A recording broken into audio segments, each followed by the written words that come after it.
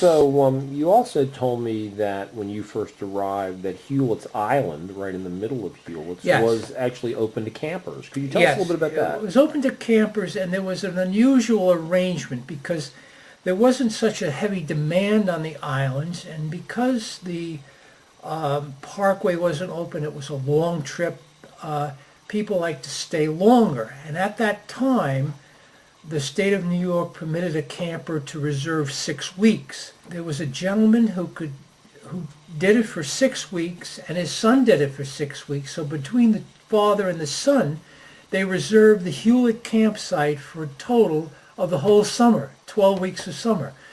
They were the Burpees, the father and the son. Now, Mr. Burpee had a very interesting job. He was a professor of physical education at one of the New York universities. I believe it was CCNY.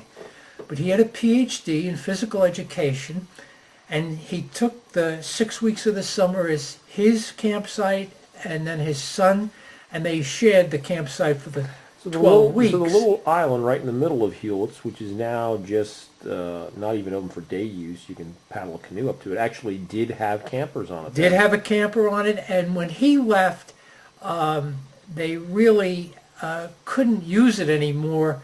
You see, he knew the subsoils of the island and knew where the latrine could go and where he could pitch a tent. And so he was really camped on one of the 3 little islands. But ultimately, New York State just made the decision that it was unsuitable for permanent camping.